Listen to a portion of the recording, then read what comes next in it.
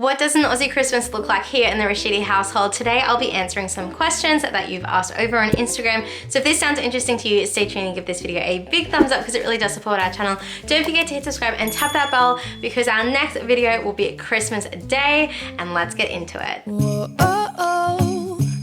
La, da, da, da, oh, oh. La, da, da, da, oh, oh. La, Merry Christmas! Making our Christmas memories. If this is our first time meeting, thank you so much for clicking on today's video. My name is Beck and I am a mum to 4. 2 years ago, I entered a similar video and I wanted to re-document how our life has changed because in 2 years we've added 2 more kids to our family and our Christmas is evolving and changing and it's looking quite differently, and I just wanted to share what Christmas looks like nowadays. The first question is, what are some Christmas traditions that I enjoyed as a kid and am I passing them on to our own kids? I loved as a kid the magic of Christmas. Everything that made Christmas so special was just the entire experience. It was doing things once a year, and I think one thing that really made it special was seeing the Christmas light displays. I just thought they were just so magical and enchanting, and I really loved going to all the different churches in our local area because they had the best displays growing up, as well as a couple of houses that were doing it as well.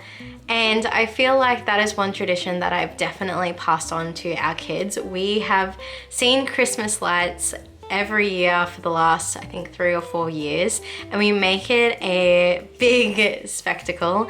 We make dinner on the go and we eat it in the car, and then we always pack them a bag of popcorn for about halfway through the trip. I think this year was probably our best Christmas light display night out, and that was last night's video, so if you haven't watched it, stay tuned to the end screen and I'll leave it there. I really enjoyed every house that we went to, and finding that whole street of houses was honestly the cherry on top of it all because I wasn't expecting it. I was literally expecting 1, maybe 2 houses. So that was just awesome.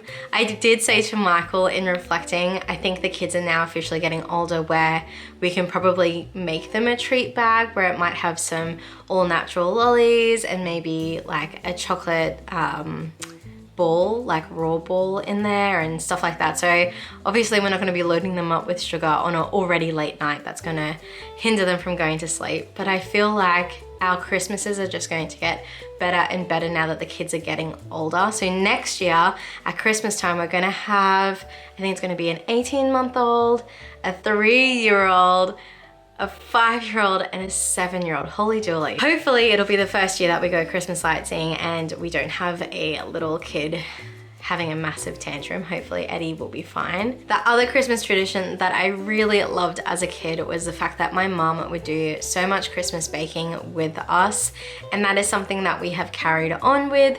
We make apricot balls and candy cane bark, and we're gonna decorate our gingerbreads soon, and it's just one of those things where we do it all together as a family. We've also been doing some Christmas crafts which we hang up, and it's something that makes our house feel even more festive.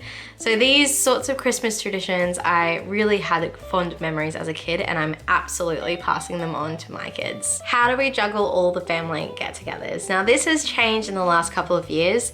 So on Christmas Eve, we see my parents, my brother, my sister, and nieces and nephews, and we have a really great time. It kind of goes like mid-afternoon, and now that my parents have moved and their house has a pool, we go for a swim, and then we do dinner, and then we do presents, and I'm always in charge of desserts and I love making a pavlova. Christmas Day looks a little bit different. Usually we would go see my dad's side of the family, but this year they're doing a smaller gathering now that my grandparents are getting a little bit older and we're just doing little gatherings. So I think we're gonna spend Christmas Day afternoon once again back at my parents and probably doing another swim and a barbecue. Then on Boxing Day, we are meeting up with my mum's side of the family and we are having a massive gathering. We haven't had one since my nan has passed away. That's really exciting to see my uncles and aunties and cousins again and for them to meet my kids because I've had more kids since our last family gathering, so it's going to be really good to get together. Then for Michael's side of the family, we actually do our family gathering closer to New Year's Eve, around like the 30th, and that's awesome because it means that we don't have to get presents before Christmas. If we needed some extra time, we have some extra time. But it's definitely changed over the years, and unfortunately losing family members impacts massively, and I don't know what Christmas gatherings are going to be like, but for our immediate gatherings, we do my family on Christmas Eve, and then we do Michael's side after Christmas. Do we celebrate Santa in this household? Yes, we do, but it's not the emphasis on Christmas. So our kids get a Santa stocking, and then Santa brings one present. Now, because Amira had anxiety as a little girl, we actually have a basket called the Ho-Ho basket. It goes outside on our patio. Santa brings the present and puts it in there. So Santa actually doesn't enter our house because of that. Something that has changed this year, now that my kids are school age, is their friends are talking about Elf on the Shelf and why haven't we got an elf, and those sorts of conversations. I've kind of steered it in the direction of the elves live at school, because the girls have experienced elves either at daycare or in their classrooms, and going back into the classroom next year, I will need to make sure that I've got an elf in my room just to keep that story going. Are we sheltering our kids in regards to making sure that we keep Santa and that fairy tale alive? We do our best. However, we know that if that bubble gets popped, that's perfectly fine, because Christmas is more than Santa. It's about Jesus and him being born and being the gift, and about giving to others and not just receiving, and just family and togetherness. And it's just so special to have that time where time literally slows down and you can actually focus on what is most important in life to us, and that's family and spending time together. What do we eat on Christmas Day? This is a great question, because we have finally gotten our own family tradition, which we started last year. So if you saw last year's Christmas Day vlog, you would know that we have created a grazing table. I said to Mick, as our kids grow up and as God willing they get boyfriends and girlfriends and husbands and wives, it will just be a really great family tradition to line the dining room table with food and to just sit and talk and eat. So on this at the moment, there is an assortment of food. So we have turkey Kiev balls because they are quicker to cook and more finger foody. We have prawns, we have meat pies. This year I picked up some lobster parcels from Aldi, which I'm excited to try out.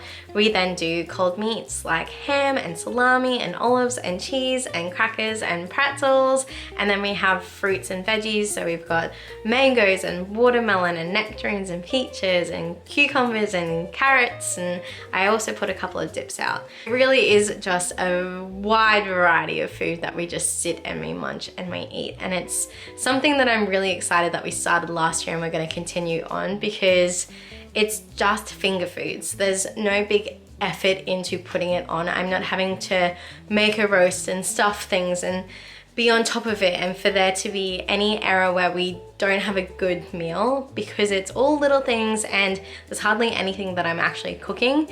It's such an easy Christmas day for me as well, which helps me enjoy Christmas. How and when do we unwrap presents? On Christmas morning, we have only enough time to get our Santa stocking in, and the kids have a bit of a look at that. We then eat our breakfast, go to church, and then come back. When we come back, that's when we do Santa's present and we do all of the presents that we've purchased the kids, and that kind of takes us up to midday. And then in the past, the kids have had a midday rest, and then Mick and I will open our presents up afterwards. Now that the girls are getting older, I'm sure it'll just be quiet playtime and they can enjoy their new presents. So it's pretty sequenced. We don't just go for gold and unwrap everything all at once. We do try and enjoy everything and be present in the moment. we take turns giving one kid a present each and giving them time to explore it. We found last year, especially with Zoe's age group being 3, she was very consumeristic and wanting the next one and more and next. And so we really do want to slow them down, and I want to install into them that it's not about the next thing, it's about enjoying what you've been given at the same time, because you put a lot of effort into picking presents for your kids. So we just take it slow and steady, and we just enjoy the gifts that we've been given. This leads to, do we have any Christmas present traditions? The answer is yes. We have 2. The first of which, if you've seen our present haul videos, we use a Christmas poem of something they want, something they need, something to wear, and something to read. We find using this helps us to get a well-rounded present haul for each kid, helps us to stick within a budget, and that we're not blowing money all on one thing. So that is one tradition. The second tradition we started last year, and that's the fact that we have a mini Christmas tree in our bedroom, just sitting on our chest of drawers. And under that tree goes the presents for Michael and I. With 4 kids, our tree is super full of presents, and there's not really a lot of room for us to put our presents to each other. And we also want to focus and prioritize our kids opening presents with each other. And when our kids are having their quiet time, that's when we do our present swap. And we find that has been so beneficial, because we're not getting distracted by the kids wanting their presents opened or how does this work, but we can focus on each other, enjoy each other, and just be grateful for the thoughts that have gone into each other's gifts. And so that's another Christmas present tradition that we've started, and I thoroughly enjoy it. Obviously, as the kids grow, our traditions are going to be evolving and changing to meet the needs, but I'm really excited now that my parents have a pool that we can enjoy our Aussie Christmas by doing lots of swimming, lots of just eating summer fruits, barbecues, and just making the most of family time. So that's what an Aussie Christmas looks like here in the Rashidi household. If you've liked today's video, please give it a big thumbs up, because it really does support my channel. Don't forget to hit subscribe and tap that bell so you get notified when we upload next, because this parenting gig doesn't come with a rulebook, we only have each other. And I'll see you on Christmas Day. Bye!